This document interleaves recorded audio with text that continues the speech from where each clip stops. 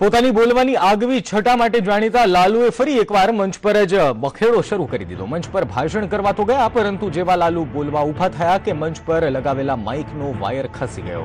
અરે એમ સમજો કે લાલુનો પારો ગયો। લાલુએ પહેલા તો પોતાની અદામાં કહ્યું કે આને ઠીક કરાવો, આ શું થઈ રહ્યું છે, અને આટલામાં જ પૂરું ન થયું તો લાલઘુમ થયેલા લાલુ મંચ પર જ જવાબદાર કર્મચારીને જોઈને બાખડી પડ્યા। જુઓ આ વિડીયો, શું કહી રહ્યા છે લાલુ।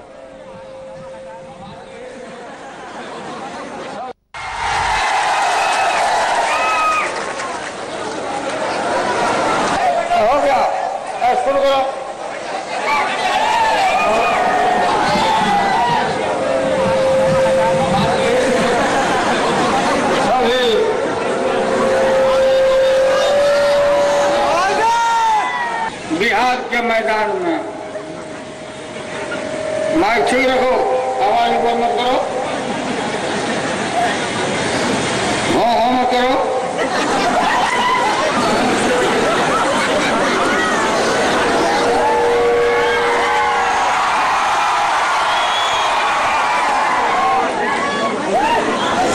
हटाओ वहां से, हटाओ।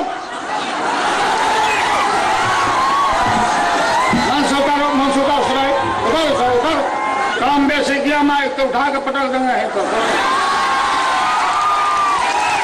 अच्छे दिन